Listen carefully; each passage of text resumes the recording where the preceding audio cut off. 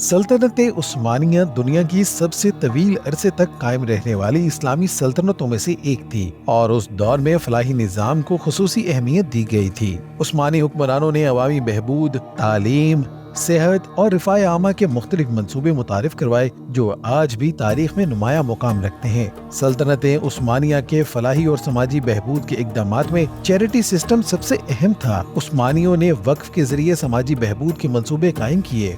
خلافت عثمانیہ میں ہسپتال، یتیم خانے، مسافر خانے، تعلیمی ادارے، مساجد اور فلاحی مراکز کے لیے وقف تھے، جس کے بعد دولت مند افراد اور حکومتی عہدیداروں کو اس کار خیر میں حصہ لینے کی ترغیب دی گئی تھی۔ عثمانی دور میں امارت خانے یا عوامی دسترخوان قائم کیے گئے جہاں غریبوں اور مسافروں کو مفت کھانا فراہم کیا جاتا تھا۔ یہ فلاحی مراکز قسطنطنیہ، بغداد، دمشق، قاہرہ اور دیگر بڑے شہروں میں قائم تھے جہاں یتیموں اور بیواؤں کے لیے خصوصی وظائف اور رہائش گاہیں بنائی گئی تھیں۔ عثمانی خلافت میں ضرورت مند خواتین کو ہنر سکھانے اور روزگار کے مواقع فراہم کیے جاتے تھے۔ عثمانیوں نے مفت طبی امداد کے لیے دارالشفا قائم کیے جہاں مریضوں کا علاج مفت کیا جاتا تھا۔ اسپتالوں میں جدید طبی سہولیات، ادویات اور سرجری کے شعبے موجود تھے۔ استنبول، کونیا، ایڈرنا اور دیگر شہروں میں بڑے طبی مراکز قائم کیے گئے جہاں غیر مسلم ریاستوں کے شہری بھی علاج کی غرض سے آتے تھے۔ عثمانیوں نے اسلامی اور یونانی طبی علوم کو یکجا کر کے طبی تحقیق کو فروغ دیا۔ عثمانیوں نے پورے خطے میں مدارس اور یونیورسٹیاں قائم کی جہاں دینی اور دنیاوی علوم کی تعلیم دی جاتی تھی۔ سلطان محمد فاتح نے استنبول میں فاتح کمپلیکس کے تحت ایک عظیم تعلیمی مرکز قائم کیا۔ عثمانی خلفاء نے علمی کتابوں کے ذخیرے محفوظ رکھنے کے لیے لائبریریاں بنائیں جیسے توپ کاپی محل لائبریری جہاں دنیا بھر کے نادر نسخے عثمانی علمی مراکز میں رکھے جاتے تھے۔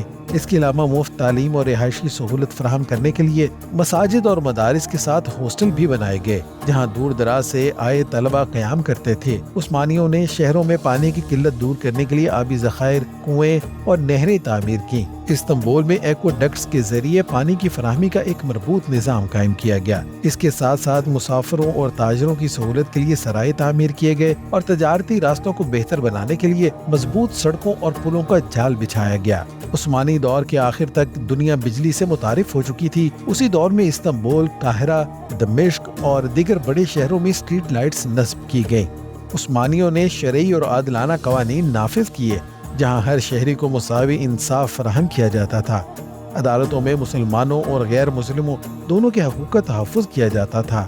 عثمانی دور میں ملت سسٹم متعارف کروایا گیا جس کے تحت غیر مسلموں کو اپنی مذہبی آزادی حاصل تھی۔ عیسائیوں، یہودیوں اور دیگر مذاہب کے ماننے والوں کو اپنی عبادت، تعلیمی ادارے اور عدالتی نظام برقرار رکھنے کی اجازت تھی۔ سلطنت عثمانیہ کا فلاحی نظام دنیا کے بہترین سوشل ویلفیئر ماڈلز میں سے ایک تھا۔ وقف سسٹم، مفت طبی سہولیات، تعلیم کا فروغ اور بنیادی ضروریات کی دستیابی جیسے اقدامات نے ایک مثالی فلاحی ریاست کی بنیاد رکھی۔ آج بھی ترکی اور دیگر ممالک عثمانی ماڈل کو اپنی سوشل ویلفیئر پالیسیز میں شامل کرتے ہیں۔